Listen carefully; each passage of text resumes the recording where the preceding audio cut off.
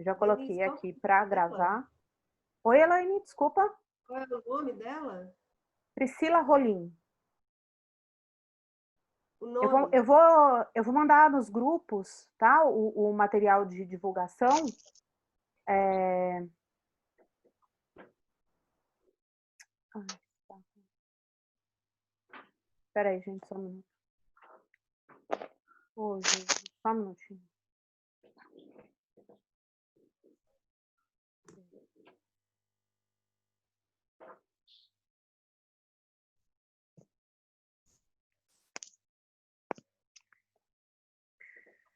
Abriu errado aqui, gente. Vocês vão ter que me dar um minuto. Espera aí. Ai, que socorro.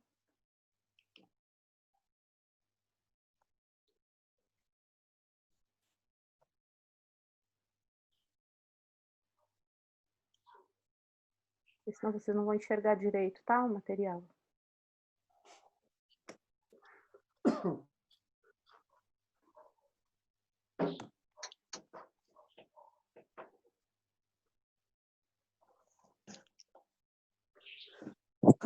Pronto.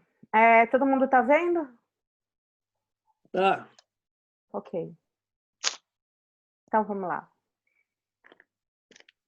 Bom, então eu já tinha mandado, não, algum material para vocês. Mas então, só para a gente relembrar, né?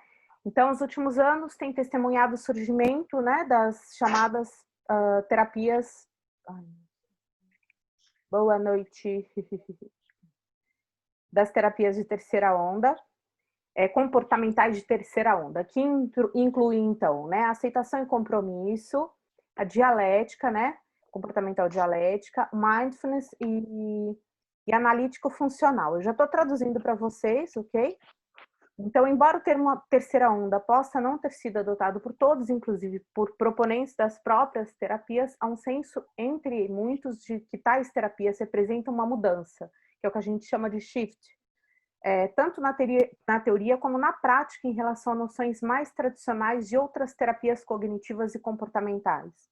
Um comentário que eu gostaria de fazer com vocês nesse momento é que eu tenho dito, assim, usado a expressão como as terapias num processo de evolução, mas na literatura mais nova, né, tudo que a gente encontra de material mais novo,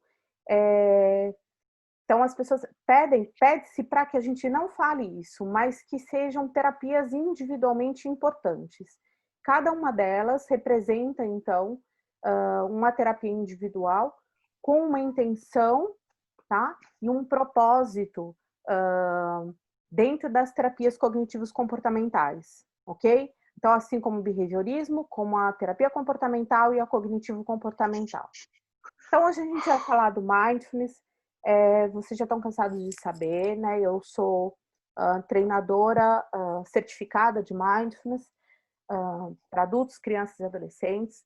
E aqui tem uma imagem que eu acho bem significativa, que diz o quê? Então, mindful or mindful. Então, aqui tem, né, as duas pessoinhas, e uma pessoa aqui com o mindful, ou então a mente cheia, né? E a outra pessoinha aqui, então, com o mindful, que seria aqui, né, vendo o céuzinho, as arvorezinhas, e que, obviamente, ela está bem mais tranquila, né? Eu entendo, eu acho que dá para vocês perceberem aqui que ela aparenta estar mais tranquila. Bom, então, o que é o mindfulness? O John Kabat-Zinn, né, ele define o mindfulness como uma forma específica de atenção plena. Ela é a concentração no momento atual, intencional e sem julgamento. Eu acrescentaria palavras dele com generosidade, compaixão e autocuidado. Só um momento, por favor. Ok. Então, concentrar-se no momento atual significa estar em contato com o presente e não estar envolvido, então, com lembranças ou pensamentos sobre o futuro. E aí, considerando, né, que as pessoas, esse texto é meu, tá? Considerando, então, que as pessoas funcionam num modo que a gente chama de piloto automático, A intenção da prática do mindfulness seria exatamente trazer a atenção plena para a ação do momento atual. O que significaria esse piloto automático, então? É a mesma coisa que a gente fala dos pensamentos automáticos, né? A gente reage, né, imediatamente através dos estímulos, né, sem nenhum tipo de raciocínio. E nem sempre essa interação ou essa resposta àquele estímulo, ela é positiva ou ela é funcional. Então, o que significa esse intencional? Significa que o praticante de mindfulness faz a escolha de estar plenamente atento e se esforça para alcançar essa meta. Então, é preciso que haja o desejo de que essa pessoa esteja nesse momento presente, para que ela utilize, então, né, algumas estratégias. Que estratégias são essas? Só contando rapidamente um pouco da história do mindfulness, o Jon Kabat, ele já era um meditador formal, tá? Ele utilizava, então, na sua prática diária, a meditação budista. E aí ele foi convidado por alguns pesquisadores que trabalhavam num hospital. Ele foi convidado a utilizar essas práticas meditativas para que essas pessoas pudessem ficar mais tranquilas. E aí o que foi pensado? Ele, como pesquisador, tá? Ele não é psicólogo, ele pensou o quê? Existe uma questão aí da religiosidade, né, que poderia, então, impedir que essas pessoas realmente interagissem com a prática ou participassem dessa proposta da maneira mais coerente, né? Boa noite, Cláudia. Então, o que ele pensou? Ele pensou, então, utilizar, né, técnicas da teoria cognitivo-comportamental e práticas meditativas, então é uma adaptação das práticas meditativas budistas, para que as pessoas pudessem, então, participar desse grupo. Bom, logo no primeiro grupo, que vocês vão perceber aqui que tem uma parte do protocolo dele, né, então ele cria um protocolo, né, que seriam, então, as estratégias. E esse protocolo tem 8 semanas, com duração de, em média, 2 horas. E após as 8 semanas, né, onde você tem tarefas de casa em cada uma dessas semanas, e você é convidado a utilizar essas práticas no seu dia a dia, identificando esse piloto automático em que a gente vive, as pessoas, foi identificado no cérebro dessas pessoas alterações super importantes, tanto no córtex frontal, quanto oh, meu Deus, me esqueci. No córtex frontal e... Bom, nas áreas responsáveis pelo gerenciamento emocional e pelo comportamento em geral. Então, para estar com a atenção concentrada no momento atual, os conteúdos dos pensamentos e dos sentimentos são vivenciados na maneira em que se apresentam. Eles não são categorizados como positivos ou negativos. Um exemplo que eu posso dar para vocês, uma das práticas meditativas do Mindfulness, em uma das semanas delas, a gente vai ensinando que as pessoas percebam, então, tudo que está à volta dela, né? Como seus sentimentos, as suas sensações e os seus pensamentos. E aí, quando você identifica, logo nas primeiras práticas, você percebe que existe uma série de julgamentos. Como assim? Então, dificilmente a pessoa vai falar assim, vamos prestar atenção, então, nos sons que estão à nossa volta. As pessoas vão falar assim para você, são sons de carro, são sons de cachorro, são sons da porta que bateu, o som da panela, o microfone que está ligado. Ok. Como é esse som? Então, ele é forte, ele é fraco, quanto que ele me incomoda, o que ele provoca em mim. Então, a gente tira, né, a gente ensina as pessoas a observarem essas sensações, né, de uma maneira mais presente e realista, sem esses conteúdos que já vêm cheios de julgamento. Bom, o que acontece então? A atitude de não julgar, ela está em contraste com a tendência automática das pessoas de investirem na luta contra vivências aversivas, deixando de viver o resto da sua realidade.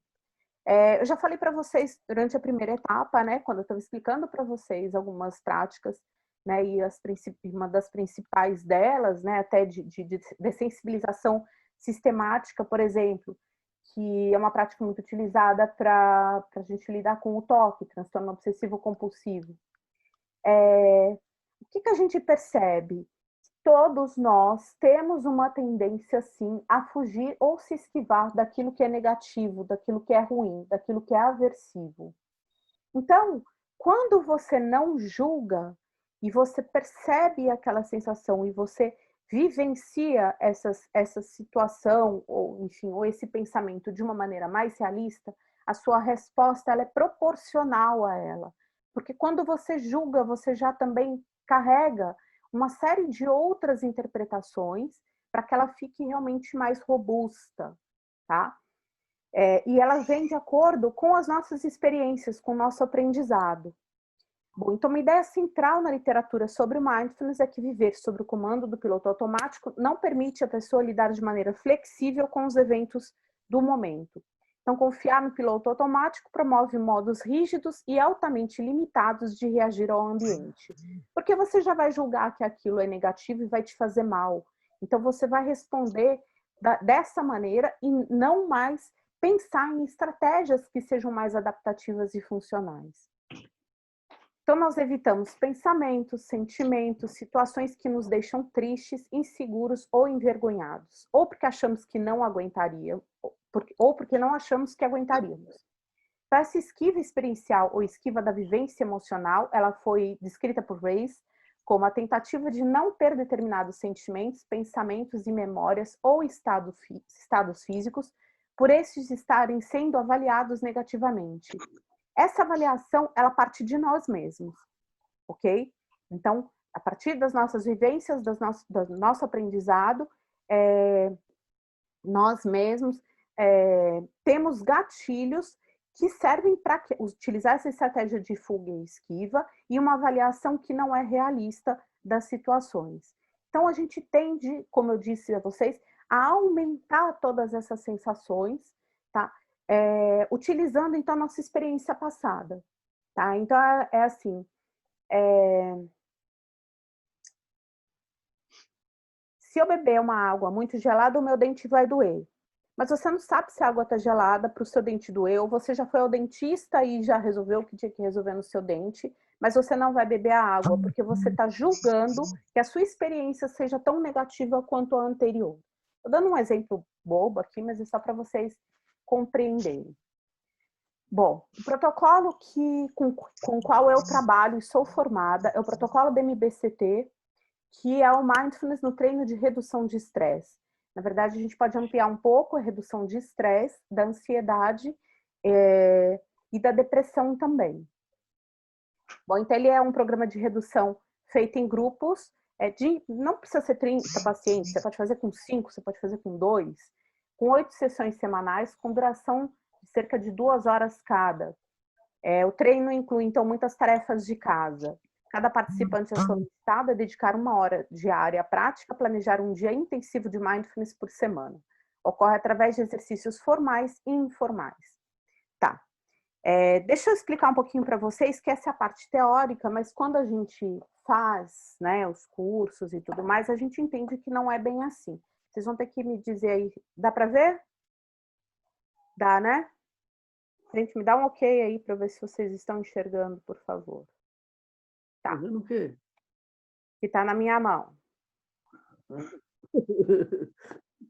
Bom, esse aqui, apresentar para vocês, tá? Ele é um instrumento tibetano. Eu vou tocar ele para vocês perceberem, tá? Só um minuto.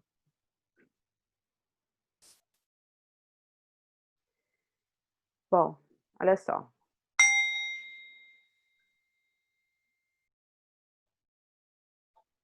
Tava segurando, ó.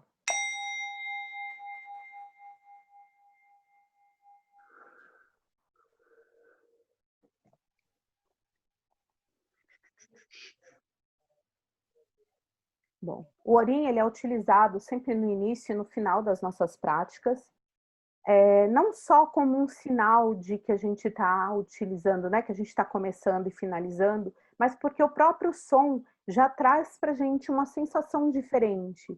Ele já faz com que a gente preste atenção nele. Tá? E a partir disso, a gente usa estratégias, então, fundamentalmente de respiração, para que nós estejamos presentes e aí a gente possa trabalhar, então, com essas técnicas e práticas meditativas. Eu não sei se vai ser possível, mas se for, eu faço uma com vocês aqui para vocês perceberem como é que ela funciona. E aí, a partir dessas práticas, nós vamos discutindo cada etapa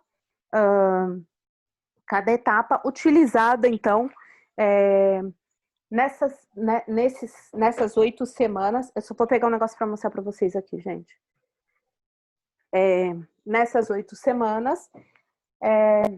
E aí a gente vai trabalhando, então, através da identificação mesmo, né, de como é que você está, como é que você está percebendo essas informações, como que você está vivenciando essas informações. Esse aqui é um livro bem utilizado, tá? Ele chama Atenção Plena, Mindfulness, Como Encontrar a Paz em um Mundo Frenético. É do Mark Williams e Danny Penman. Ele é um livro muito utilizado no protocolo da MBCT, com práticas, ele tem um CD com práticas meditativas, e nele tem, então, essas 8 semanas que a gente utiliza nesse protocolo. Bom, e aí, então, você vai, né, passo a passo, né, primeiro trabalhando, então, com a sua respiração, né, trazendo essa pessoa para o presente, a gente chama de utilizar, então, uma âncora, que seria o quê? Todo mundo, em algum momento, tá, tem a sua mente divagando. Se eu pedir para vocês agora fecharem os olhos, vocês vão perceber que os pensamentos não vão parar de surgir. Vocês concordam comigo, gente? Ah, tá todo mundo com a câmera desligada aqui. Ok. Então tá, né?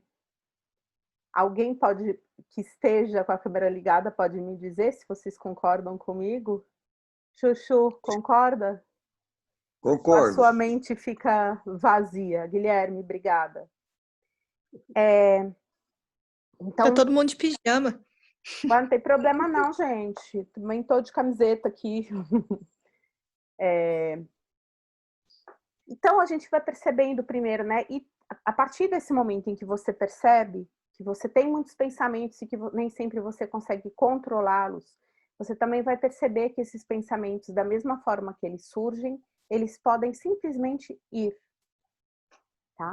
Então, é aceitar que existem esses pensamentos, aceitar que existem essas sensações, que mesmo que elas sejam negativas, elas vão passar. Que às vezes a gente não precisa reagir imediatamente a elas para que a gente tenha a sensação de conforto ou de prazer, enfim. Então, o Mindfulness na prevenção de recaída aqui da depressão, como eu falei para vocês, que está dentro desse protocolo. Então, o Tisdale propõe um modelo psicológico detalhado, né, cujo modelo de subsistemas cognitivos interativos, para fundamentar o treino de Mindfulness na prevenção de recaída da depressão em pessoas que passaram com sucesso pela terapia cognitiva. Gente, isso é importante, talvez a Priscila também comente alguma coisa sobre isso. Existem técnicas, e eu me lembro de dizer isso para vocês do 7º período, lá na minha outra disciplina, que não podem ser utilizadas com qualquer pessoa. Tá? Então, por exemplo, eu tenho uma menina que já passou pelo protocolo de 8 semanas, ela não faz a prática da forma como deveria, ela está em recaída de depressão e ela tentou fazer uma prática e me ligou desesperada, ela chorando, porque disse que, claro que as coisas ficaram muito piores. Então, é um protocolo de prevenção de recaída, tá? Ele não é um protocolo para cura ou para tratamento da depressão. A pessoa deprimida precisa ser avaliada para depois poder ou não participar desse protocolo. Então, a intenção desse treino é que a pessoa aprenda a detectar, reconhecer amistosamente e logo depois soltar, permitir que vão embora os pensamentos, os sentimentos distorcogênicos, antes que esses reiniciem o espiral rumo à depressão. A gente costuma dizer no Mindfulness também, que no protocolo de estresse também, né, de ansiedade, que existe um funil. Esse funil, o funil tem um desenho de uma espiral. E aí tudo que começa, né, lá em cima como um problema banal e que você simplesmente engole, né, sem digerir, sem falar sobre ou sem aceitá-lo como ele tende a aumentar. E aí o problema aumenta e na mesma proporção é como se fosse te esmagando. Você vai tendo cada vez mais dificuldade em reagir adequadamente a esses problemas, a essas dificuldades. Tá, eu sei que está todo mundo super ansioso, super angustiado, trabalhando 10 vezes mais, eu também, prazer, Denise. Então, o estresse está muito presente, mas tem gente que pensa assim, isso está acontecendo só comigo. E esquece que é um mundo inteiro vivendo o mesmo processo. Esse é o funil do estresse. Isso vai te deixando cada vez mais estressado e as suas respostas vão ficando cada vez menos adaptativas. O programa, então, do Siegel Williams e Tisdale inclui, como o do Kabat-Zinn, 8 sessões, com intervalos semanais, mas os grupos são menores, normalmente atendendo 12 participantes, sendo que estes não podem estar deprimidos à época em que participam do treino. Primeiro, discute-se, então, o fenômeno do piloto automático. O que é o piloto automático? Alguém sabe me dizer o que pode ser um piloto automático? O que vocês imaginam que seja?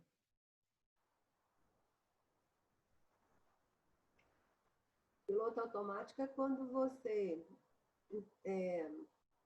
age de uma forma sem pensar naquilo que você está fazendo. Na verdade, você vai resolvendo os problemas, você vai levando as situações, mas você não deixa que aquele sentimento, aquela sensação, aquela emoção participe daquilo. Perfeito, Elaine. Normalmente, assim, a gente abre os olhos, tá? E a gente levanta. E o que vai fazer? Você levanta, você vai para o banheiro, você escova os dentes, né? Você, enfim, né? Vai se trocar, pega as suas coisas, vai para o trabalho, tá?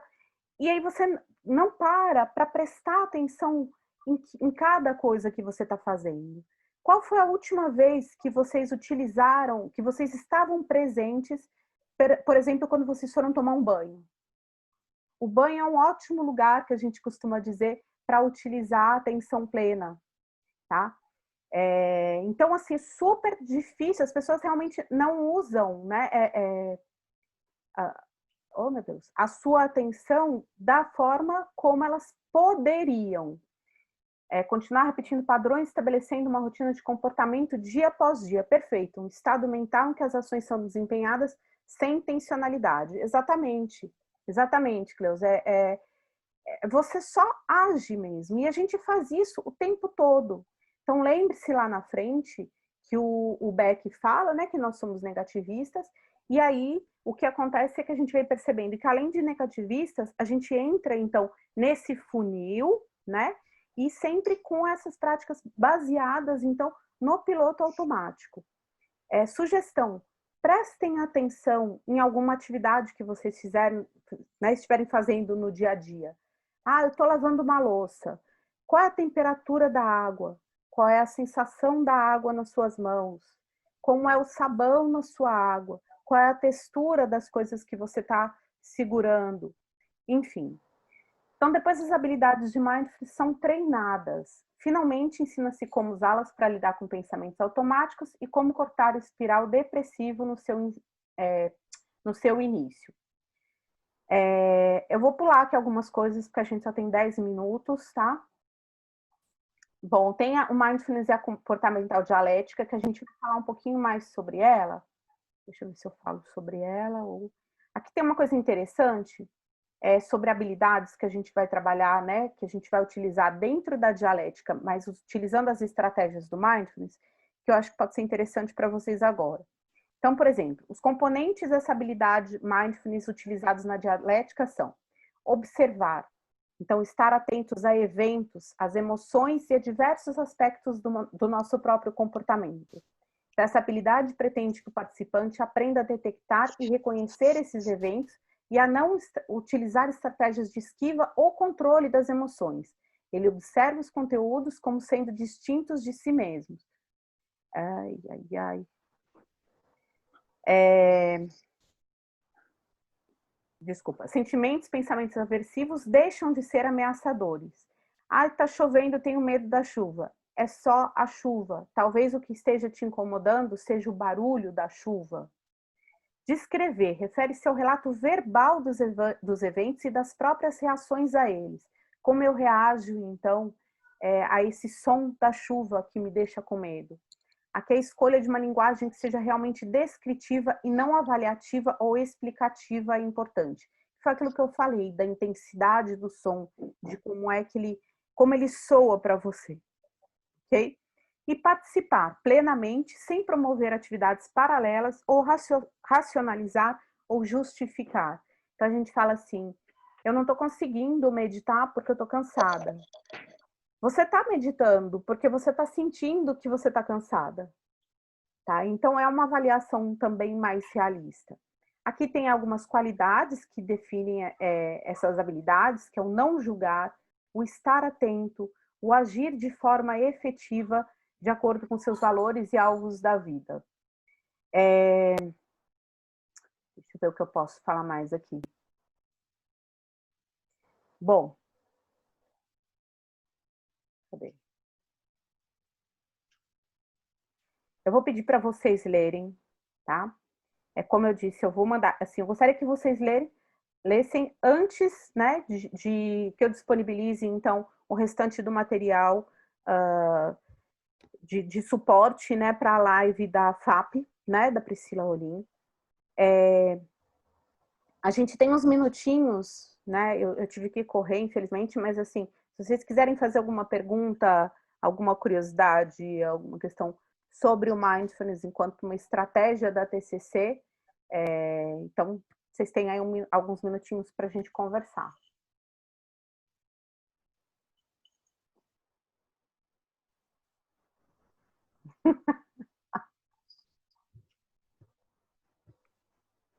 Ninguém tem nenhuma dúvida? Não, não? Tá. Como eu não estou vendo? Oi? Na verdade, assim, né? A gente tem vontade de saber como é que funciona realmente, né? Assim, como é que isso se aplica na prática, obviamente, né? E participar de uma sessão de mindfulness é que vai dar para a gente, assim, a dimensão total de como que é esse sentir, de como que é esse perceber, né? Como é que isso funciona na prática. Eu acredito que o tempo não seja possível para a gente compartilhar as experiências, mas vocês gostariam de fazer uma prática agora? Para mostrar para vocês uma prática simples que a gente costuma utilizar para demonstrar o que é o Mindfulness? Gostaria. Cláudia, ok, Elaine, ok.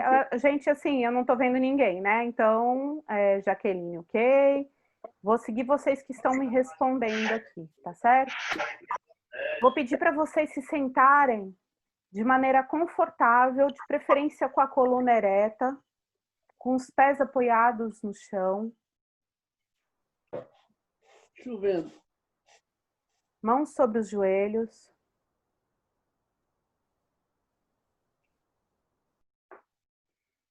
Jennifer, existem protocolos, né, como eu havia dito. Essa é uma prática que a gente utiliza no protocolo que é o que eu falei, né, de redução de estresse, depressão e ansiedade, que é esse da MBPC,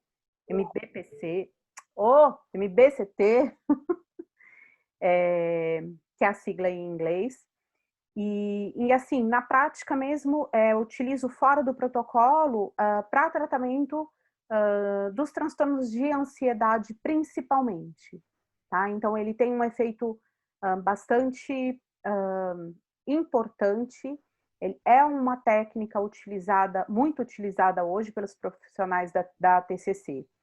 É importante também que se diga que assim, o protocolo você precisa, né, ser uma treinadora certificada para utilizar, para entender todos os passos, mas as técnicas do Mindfulness é possível que qualquer profissional com um conhecimento mínimo do mindfulness possa utilizar, então, por exemplo, individualmente, né? Então, que seria nesse tratamento de ansiedade, por exemplo, ok? Então, eu vou pedir para vocês fecharem os olhos, mantendo as mãos sobre os joelhos.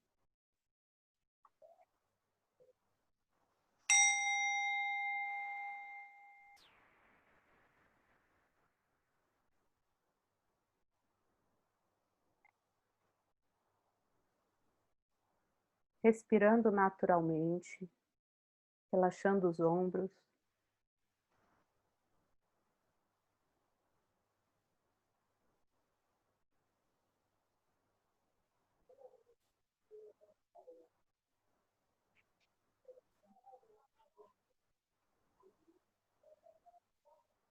Observando as sensações que estão presentes nesse momento.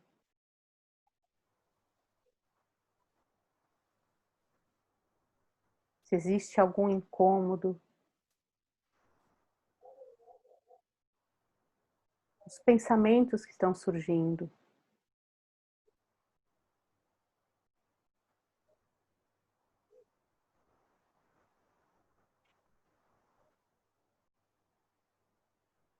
Observando o meu corpo.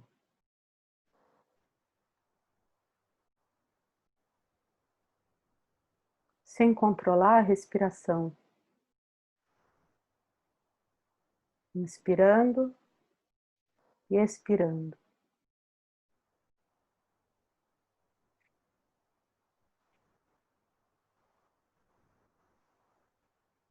Agora, como se nós estivéssemos numa ampulheta,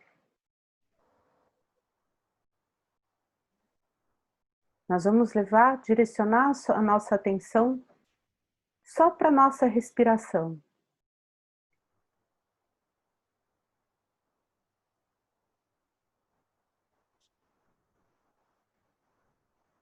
Observando o ar entrando pelas minhas narinas.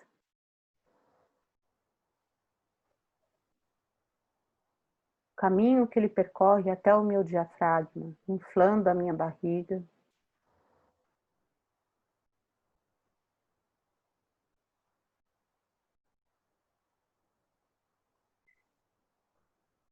E depois saindo de volta pelas minhas narinas.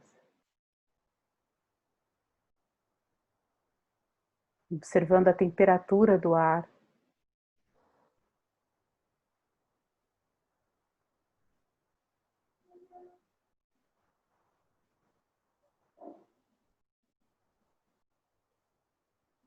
Inspirando e expirando.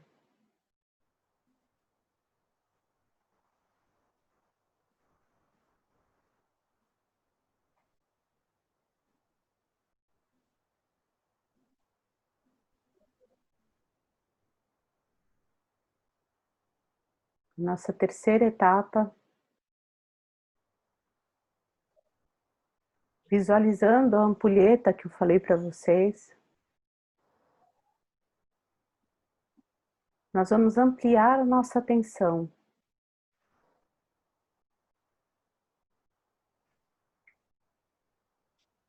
Observando os sons que estão surgindo.